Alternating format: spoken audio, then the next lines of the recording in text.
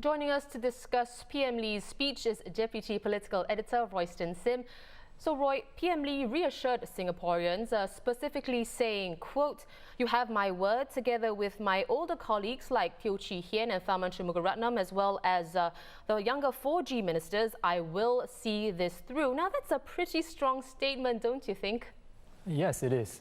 I mean, PM Lee is basically pledging, that he will steer the country through this crisis and that he will stay on, till the COVID-19 pandemic has run through its course. And I think the reason he's saying this is because some time back he had said that he plans to step down, sometime by the time he turns 70, which would be in 2022.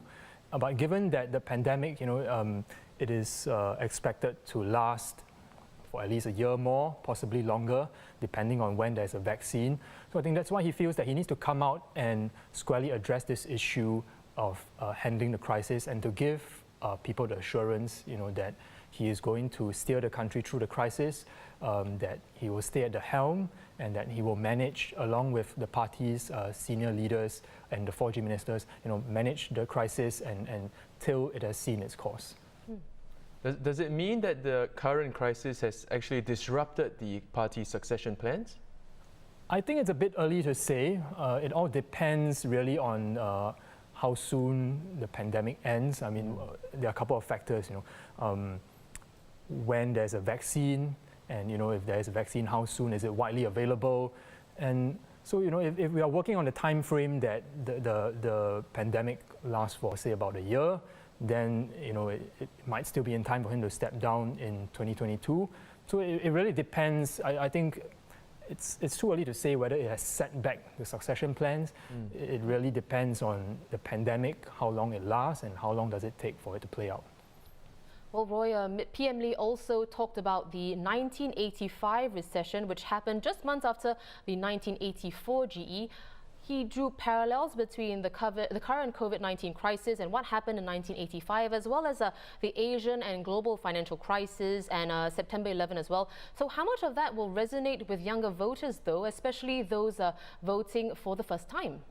I think he's brought up all these previous crises to show that he and the PAP have steered the country through many turbulent moments. So 1985 financial crisis, which I think a lot of the voters who are voting for the first time would scarcely remember.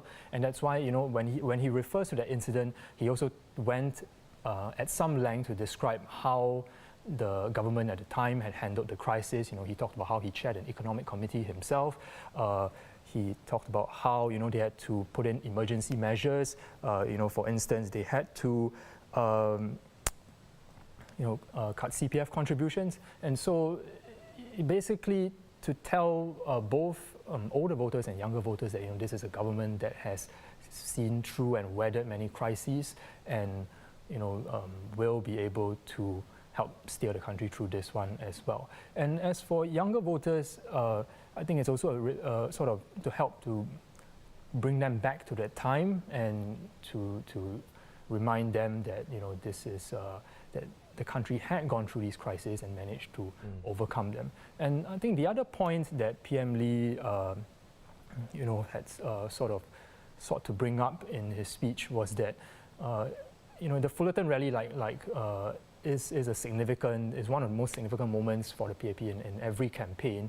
And in his speech, this time round, because of the pandemic, it's in a virtual setting, but he sought to illustrate, that where the Fullerton site is, compared to when he had first held his rally back in 1984 and subsequent rallies, with each rally the country has changed. And so, in terms of physical infrastructure, in terms of how the country has grown, the economy has grown, he talked about, the Marina Bay Sands. So it's to also illustrate to younger voters that in the space of 30-odd years, this is where how far the country has come, and to impress upon them that their decisions for this election will have a big impact on where the country will go in the next, for example, 30 years. Now, Royston, besides what you just mentioned, did Prime Minister Lee bring up anything else that stood out for you? think his point, he had a couple of broad points. One of it was, his message to Singaporeans to not undermine a system that has worked for Singapore. I mean, a lot of the discourse around this election has been about, voting in opposition voices as a check on the government. And I think his sort of counter to that is, if you look at what's happening in other countries, you have change of governments, you have, people, opposition parties coming in, but that hasn't necessarily resulted in a better outcome. So he wants to, his message to voters is really, to think carefully about your vote and,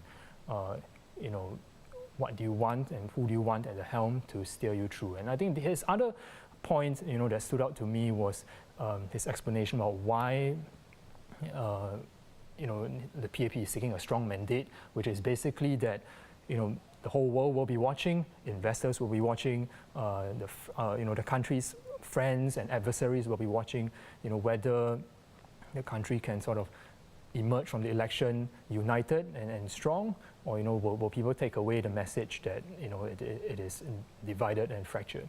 And so his sort of point to that is, give the PAP a strong mandate so that we can come out of this stronger and we'll be in a strong position to deal with the crisis.